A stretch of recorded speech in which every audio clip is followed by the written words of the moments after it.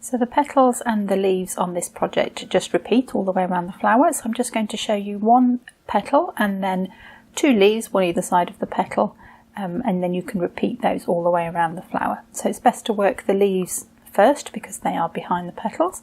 So I'm going to show you a leaf here, and this is in Fishbone Stitch. So I've started my thread off with 2 small stitches. You'll see that again later on. And I've just taken a small stitch to the point of the petal. And now I'm coming up on either side of that first stitch at the top on the outside and just crossing over that central stitch.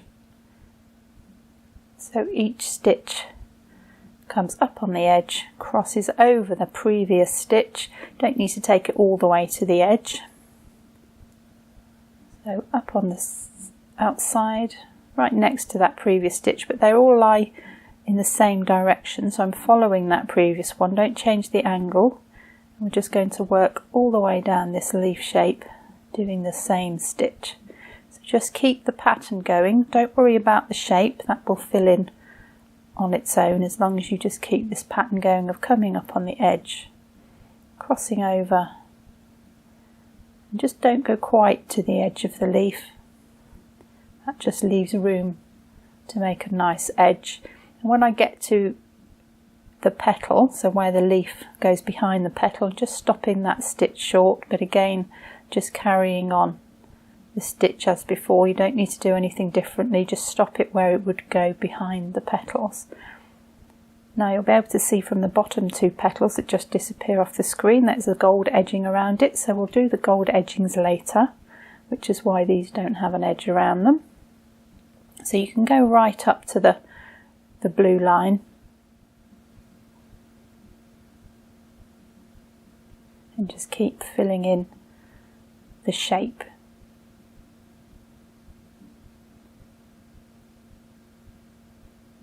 Now they'll all be slightly different because I hand drew them, which I quite like. For this I don't need to be too accurate, but just follow the shape of each of the leaves in turn. Don't worry about how many stitches you're putting in, just fill in that shape and go as far down it as you can. There will be the gold outlines around it, as I said, so allow a little bit of space for these. These will cover up quite a lot of fabric, so you don't need to go right into the point. But you can see I'm just working my way down, last few stitches, one on either side.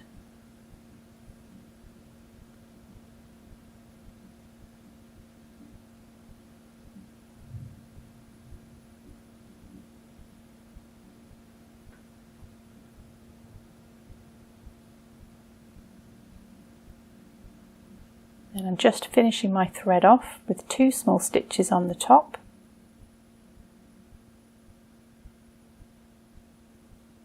There's the second one, bring it back to the top and I can just snip that off and my starting knot can come off as well. So I'm going to work the second one now in exactly the same way. You can see my 2 starting stitches there, and there's the beginning of the stitch, so a long stitch straight over, and just repeat as before, taking each stitch just over the previous stitch so they cross over and make the fishbone stitch.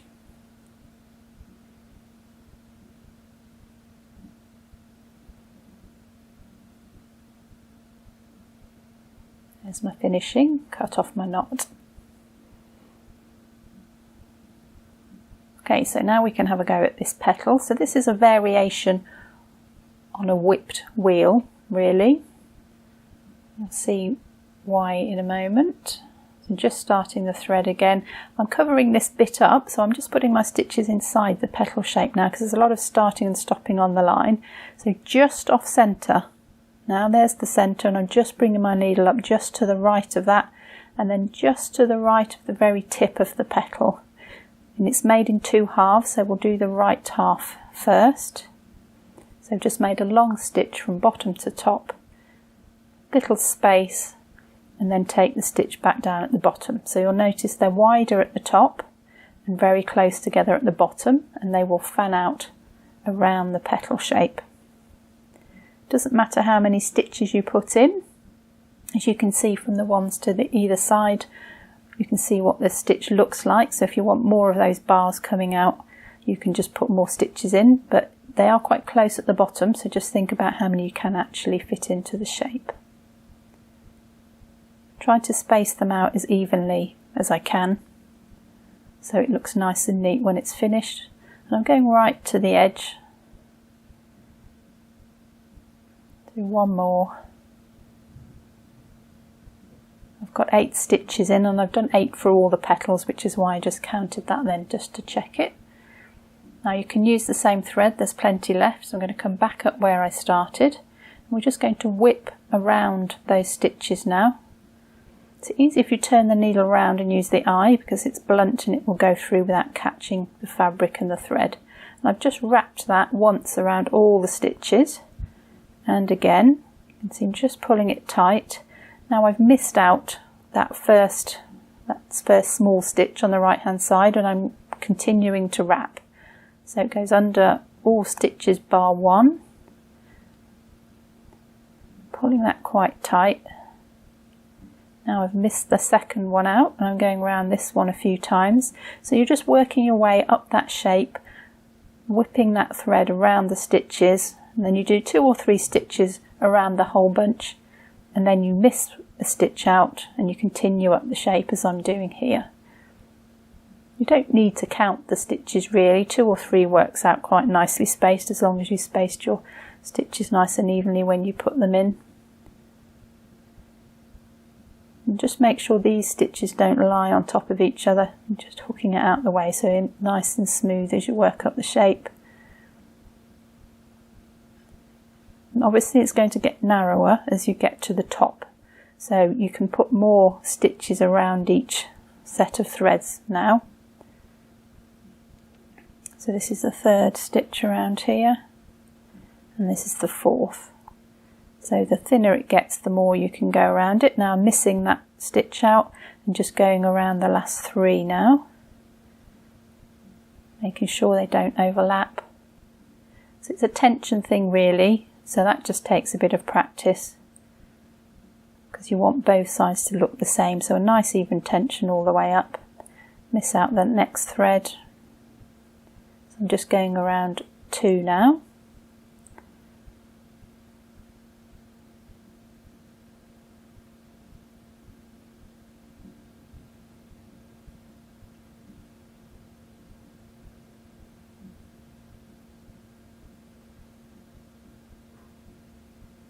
Quite a few stitches around these ones as you get nearer to the top, but you're still working your way up, and as long as you don't overlap them you will reach the top. So make sure they lie nice and flat, and go as far up the shape as you can get, right to that point.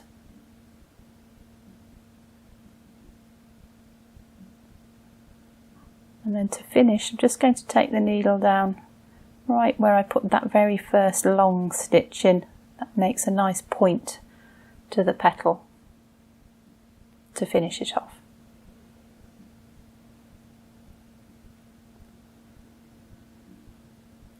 So I'm going to actually use a new thread for the second part. It's quite wearing on the thread, there's a lot of motion in that, so use a fresh thread. So I'm just finishing this one off with my 2 small stitches and cutting it off at the top. That will get covered by the gold. You cut the waste knot out, and now I'm starting my thread for the second side. So exactly the same way, just left that tiny little gap in the middle.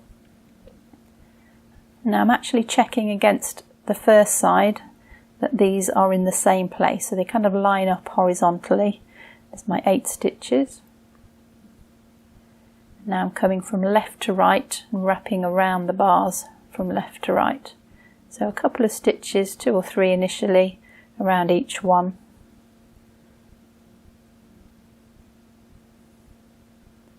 And you can see that nice even tension, it looks like the right hand side.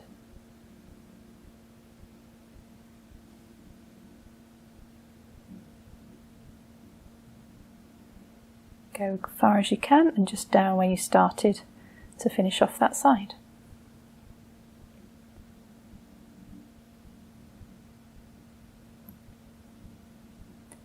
Now we have lots of videos on the goldwork technique, so this is a large Rococo that I'm using, so we have a video on that, and I'll put a link to that in the top right hand corner here. So do check that out for a much more detailed description of what Rococo is and how to use it. I'll just explain briefly what I am doing here. So I'm starting my thread off. This is a normal sewing thread in a matching coloured cotton to the gold, so you can see the gold and not so much of the thread. I'm just going to stitch over the top of it. This is called couching. And you can see I'm leaving a little tail end there, and that tail end will be taken through to the back later on so it doesn't unravel. And I'm just going to stitch over this thread, holding it in position around the petal shapes. And it's got a sort of a wave to it, so I'm stitching over every wave, and that means my stitches are nicely evenly placed all the way around. So that's one of the nice things about using this particular thread.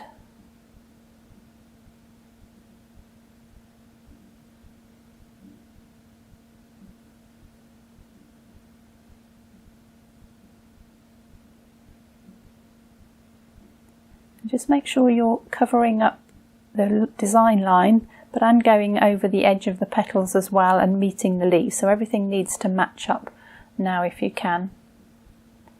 I'm just going to work to the tip of the petal, going over each wave in the thread, and then try and turn as sharp corner as possible, so bringing the needle up and twisting that thread around against it, sort of put a crease in the top and make a nice fine point. So I've just sped it up here so you can see what I'm doing a little bit faster. It's the same as we did for the other side, right to the bottom, and I'm going to turn it around here, so again creasing against that thread and carrying on with the same piece. So if you can use one piece with this technique, you don't have so many ends to finish off. So there's the crease again. At the top, try and make a nice sharp point on the petals. Cover up those starting stitches between the petal and the leaves, and you can see how that all comes together now. So we're going to turn again at the bottom. There's the crease. Just putting a little stitch over that turn just to hold that in place, and you can see those next to each other now.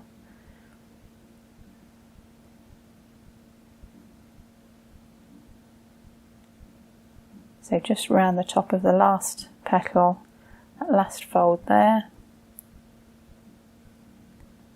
And then we're going to finish at the bottom. If you were doing this in a whole flower from beginning to end, you could try and go round with one shape, but just because I'm showing you the process, I've done it in two pieces. So I'm going to leave those ends there and just finish off my thread. Now we're going to take them through to the back. So I've got a loop of thread, strong buttonhole thread, and I'm just putting the end of the gold in that thread and just giving it a little wiggle, pulling on it so it just pops through to the back. This is called the plunging technique. If it doesn't go through so well, you can take the whole thread through first, like I've just done there, then put it in the loop. You've already opened the hole up. But again, this technique is covered in the Rococo and twist couching video. Right, let's put some spangles on. So these are like goldwork sequins. The video for these is here in the top right corner. You can learn all about these beautiful sparkly goldwork spangles. So this is a 5mm one. I've just threaded it onto the needle and putting 2 stitches in place to hold it. And then I'm going to put a 3mm one on here.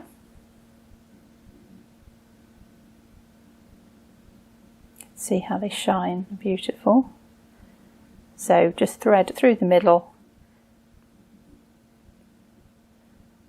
Make sure the spangle lies in position on the fabric and just take a stitch over the spangle, up on the edge, and then back down in the middle. You can just secure your thread on the back or just finish with 2 small stitches like I'm doing here. Right, so let's go around the middle now. So this is a large Rococo, the other one was a medium, this is a large, so a little bit bigger, and we're going to just apply it in exactly the same way around the circle. Now, so I've started my thread as before. I'm going to stitch over the waves again just filling in that gap between the leather and the petals. So just a quick word about this leather. This is kid leather. It's foiled with a gold colour. We've got lots of colours of this available in the shop, so do check that out, and you can see the video on how to apply this leather in the top right hand corner now.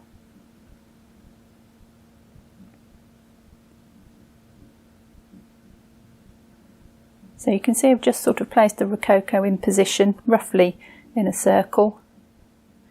I want to get a nice smooth circle as possible.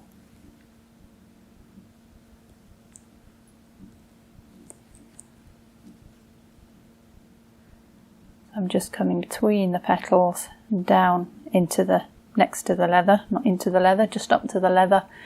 So it's best really to come from the outside to the inside, but occasionally you might have to swap over where you're meeting that other gold. So all the way back to the beginning, one piece. Now these will again need to be plunged through to the back. So you'll notice I've started them at the bottom of the flower, and I'm going to have that area where they're plunged is where it meets a petal. So don't have it in the space, try and sort of hide where that join will be. So I've just done it here at the bottom where it meets those two petals, just to try and hide that joint. So I'm just going to finish off that thread and then plunge these through to the back. These ends all need to be tied back, but you'll see that in the video as I mentioned, so don't leave them loose on the back, they will come undone. So I'm going to plunge them in the same way. This is a larger Rococo, so I'm going to take that all the way through once to make a larger hole, then take it through a second time. You can just see there's a little bit of gold sticking out, so I cut that off. You can see it unravels. This is why you need to finish them off and tie them down on the back. That part's very important, or they will just unravel.